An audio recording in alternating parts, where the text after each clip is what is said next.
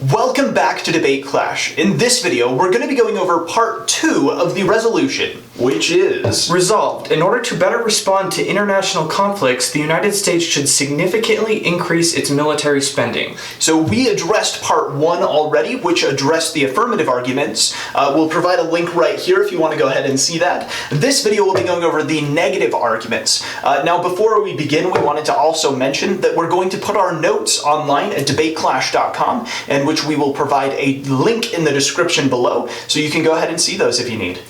Awesome. So our 3 sections we're going to be going over today in this video are military, non-military, and as we always do in our videos, a workaround section, just talking about some things with the topic. Excellent. So let's jump into the first point, which is the militaristic impacts. Yes, so our first point here is an increase in military leads to an increase in conflict. If the United States has a larger military, there's going to be more wars, more death, and make sure, okay, so with all of these, as usual, we're going to be mentioning it throughout the video, but make sure to emphasize the impacts for all of these points. And if we don't mention an impact, that doesn't mean the impact is not important. Still find an impact. All right, so an increase in military leads an increase in conflict. If we have a larger military, we're more likely to respond in a militaristic fashion to conflicts. So it's better to not increase our military so that we don't increase the number of militaristic conflicts that we're getting into all the time. And not only that, but if we increase our military, it's going to lead to other countries seeing our example, saying, oh my gosh, the United States is increasing their military, we should get a bigger military too. And then what happens? It's a bigger military fighting against another bigger military, and it's just a crapshoot both ways. So increasing military increases conflict, which is bad. Absolutely. And following up with that point, if we have an increased amount of military, like Michael suggested, we're more likely to get ourselves involved in conflicts. One that has been very prominent recently, which is the democratic movements. If you look towards Afghanistan, Syria, and a couple of the other Middle Eastern countries, we've seen the United States intervene in these countries, not do a good enough job, and then the countries are kind of destabilized. They're either dependent on the United States, or we basically killed a lot of people in the name of nothing, and they don't have a solid form of government. We took out the government, and now they just don't have one. So really, the United States increasing military could destabilize other nations. Exactly. So now we're going to move on to our next point, which is an increase in military equals the U.S. intervening more in other nations' conflicts. So this kind of goes along with our last point. If we have extra military and say there's some humanitarian crisis in some country, we're more likely to send our military to intervene in the government because they're not taking care of the people or things of that nature. And so it's better that we don't increase the military, because then we won't have extra military to use for things. Absolutely. It's kind of like a company. When you have a budget surplus and you just need to spend on things, that's what our military could become. We have excess military, might as well send them in. Exactly. And again, impacts, more war, more death. Make sure to find those and mention them in the round. Yes, and going on with this point as well, is we can say that an increased amount of the U.S. militaristic weapons and power could lead to what I call desperation weapons. And so this is essentially the idea that the United States becomes a giant in the world, that they are undefeatable, we have so much power, and it's very naive for us to think that other countries are okay with that. And so if the United States becomes an even bigger giant, it may cause other countries to start developing biological, nuclear, and chemical weapons, which are so much worse than just conventional warfare, that could lead to so many more deaths. I know we're not policy debaters, but you could even lead this to extinction. Biological weapons are just really bad and really, yeah, they're bad. Exactly. So now our next section we're going to move on to is non-military points. First one here is a decreased military could be better. So what this is trying to say is having a military presence makes a lot of people mad. So the United States is already kind of the global police, right? We have military forces in so many nations across the world, and it's making people angry. I mean, the prime example, the perfect example is the Middle East. we go in, we have a large military presence there, and it's making people mad. The terrorist organizations are pretty much exist because we went in with our military to these countries. Absolutely, and following up with that point, we can also see that a lot of terrorists in the Middle East, like we've killed a lot of people with drones or just with boots on the ground, and that has caused a lot of people to, you would have to find the evidence for this, but that could cause a lot of anti-American sentiment. It could cause people to be more easily swayed to join terrorist organizations. So you can extract a lot of impacts from that. And going on along those lines too, is instead of focusing on military or what we explained earlier, which is hard power, what we need to focus on is longer lasting allies. We need to build these relationships and foster them instead of increasing our military over and over again. We should also focus our mindset. Instead of solving conflicts through military boots on the ground, we should focus on solving conflicts with diplomacy. Increasing our military budget is a very hostile action. It says we are aggressive, we are increasing our military to use against all of you other nations. We need to focus on diplomacy. Exactly. So under our next point here, a large portion of our budget is already spent on the military. So in the resolution, when it states the United States should significantly increase its military spending, significantly means a lot. Like, I mean, we're already talking about like billions, if not trillions of dollars. I can't find the exact number for how much we're spending on military, but we're talking about a huge number already. Significantly, what is it going to be? $200 billion more dollars a year? Like, I mean, it's just an outrageous amount of money that significantly could mean. Absolutely, and there's going to be a definition war in a lot of debate rounds, whether the affirmative is significant increase enough.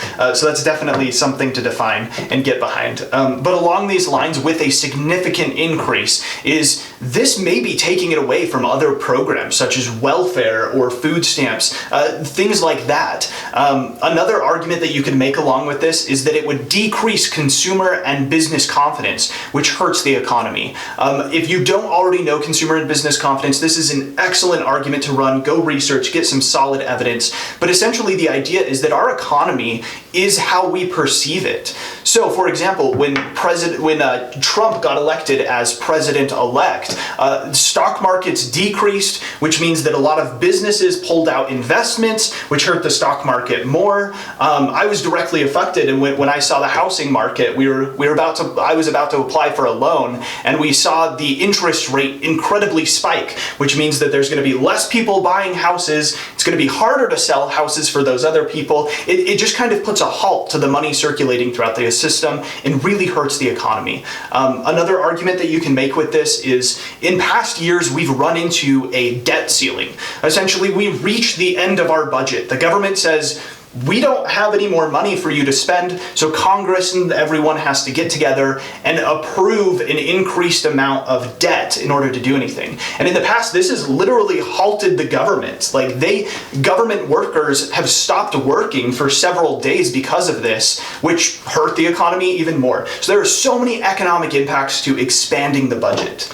So exactly along with the budget, with what Nico was saying, that if we weren't going to hit the debt ceiling, that money still has to come from somewhere. So it's obviously going to come from other portions of the budget, whether that be healthcare or humanitarian projects. I mean, you name it, it could be it, right?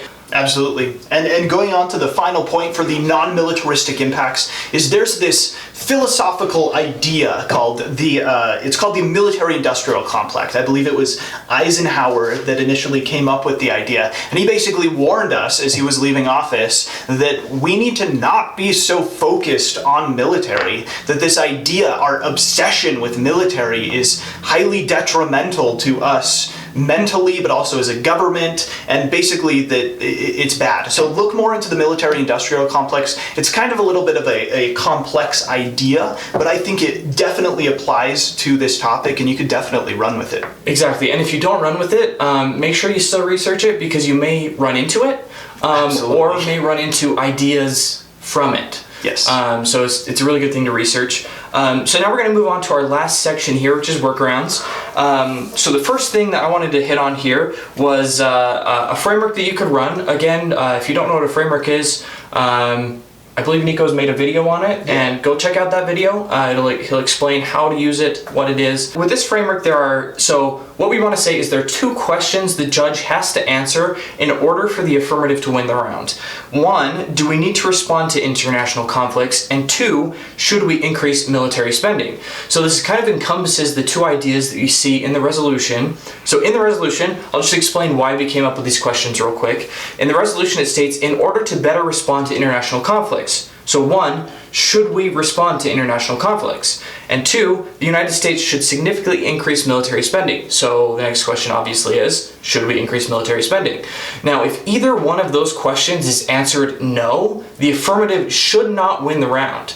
Absolutely. And actually following that thought, there's actually something that you can advocate on the negative, which is that we should increase the military spending. I know this sounds super counterintuitive and it's a very fine line to walk, but we should increase the military spending for research and development, or for intelligence projects, or just to anything infrastructure-wise with the military. And you can say, we shouldn't respond better to international conflicts. We shouldn't do it for that purpose. We should do it for the purpose of benefiting our own economy, benefiting our own safety, but we don't want to respond better to international conflict. So once again, this is a really fine line to walk.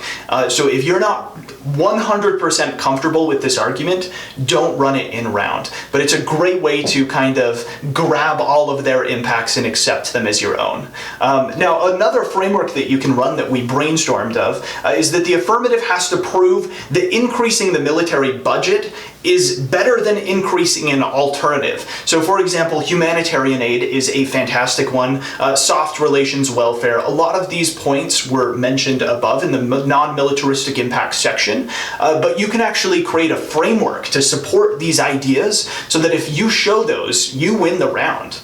Exactly.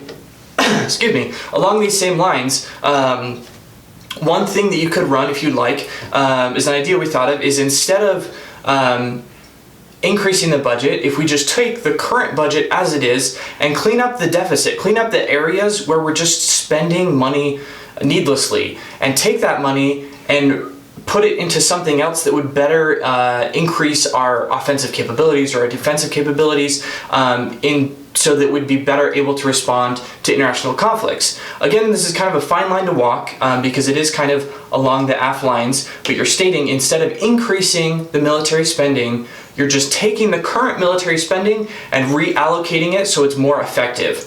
Absolutely. And Michael and I's, one of our first topics our first year was whether we should prioritize the budget deficit over something else. Regardless, we researched and we found a lot of things like the road to nowhere that we've spent so much money on that was ridiculous. We saw military personnel that were buying jets for 15 times what they're worth because there's no backlash, there's no punishment to them doing that. So look at these government projects, maybe say we need to strengthen the budget, then you can adopt all of their impacts and say, oh yeah, we actually have more military personnel, we have better weapons now, and we haven't spent a penny more. Right. So it's a fantastic way to work around it, I guess. Yeah. So anyways, thank you guys so much for watching our video. Once again, we wanted to thank you guys. 1,000 subscribers is absolutely fantastic. If you're not one of them, hit the subscribe button and also that little thumbs up that tells us that you liked our video. That's really flattering.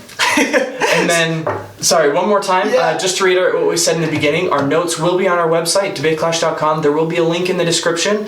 And then if you need help finding good sources for information, you can check out our research engine. It's debateclash.com/researchengine.html. We'll also provide a link for that in the description. And have a happy holiday!